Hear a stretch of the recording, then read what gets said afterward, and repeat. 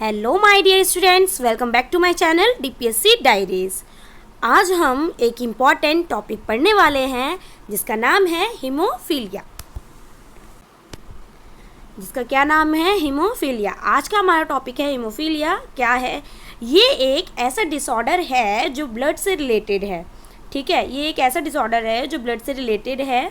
तो इसमें हम जानेंगे व्हाट इज़ हीमोफीलिया। जैसे कि मैंने आपको बताया, तो इसे हम अभी सिंपल वे में पढ़ेंगे और समझते हैं कि ये कौन सी डिजीज़ है और इससे क्या होता है। Meaning: haemophilia is a genetic blood disorder in which a person's blood does not clot normally. Normally, when we get a cut or injury, the blood forms a clot to stop bleeding.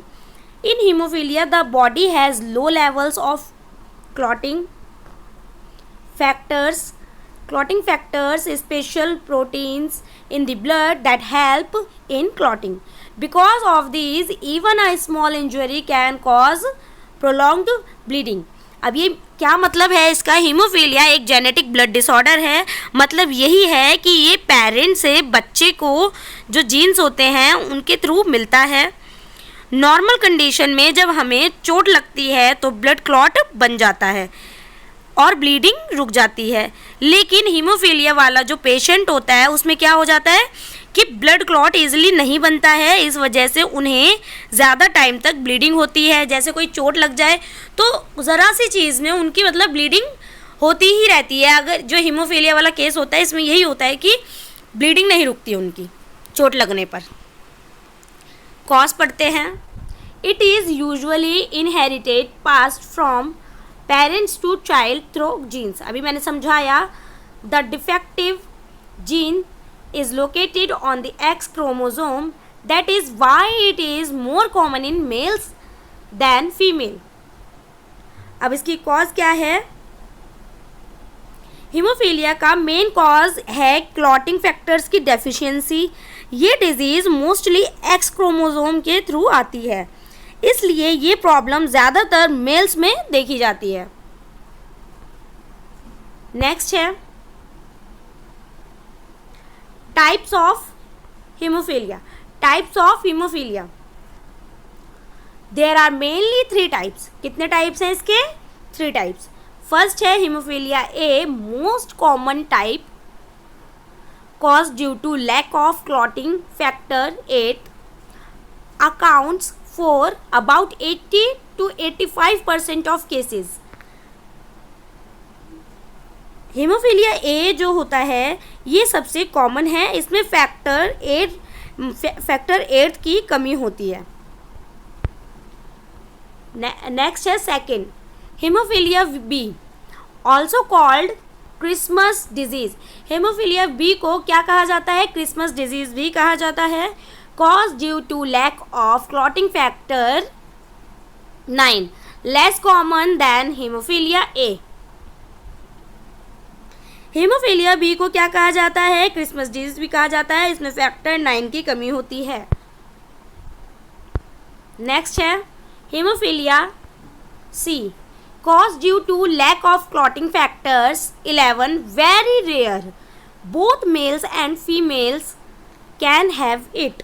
Haemophilia C ये rare है, इसमें factor 11 की कमी होती है। इस type में mails और फीमेल्स दोनों को हो सकता है। ठीक है, किस में हो सकता है?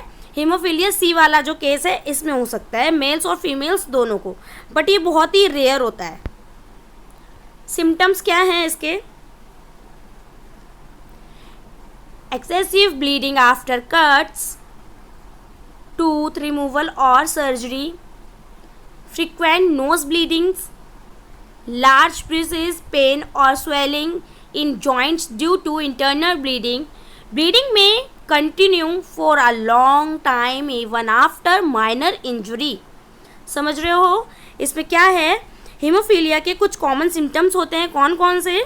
छोटी सी चोट पर भी ज़्यादा ब्लीडिंग होना, जैसे कि मैंने अभी आपको आगे समझाया कि हीमोफीलिया वाले केस में क्या होता है, छोटी से छोटी चोट लग जाने पर भी इतनी ब्लीडिंग होती है कि वो रुकती ही नहीं है, क्योंकि उसकी जो ब्लड की क्लॉटिंग होती है, क्लॉट बनते ही नहीं है, क्लॉटिंग फैक्टर ही नहीं होते उनके।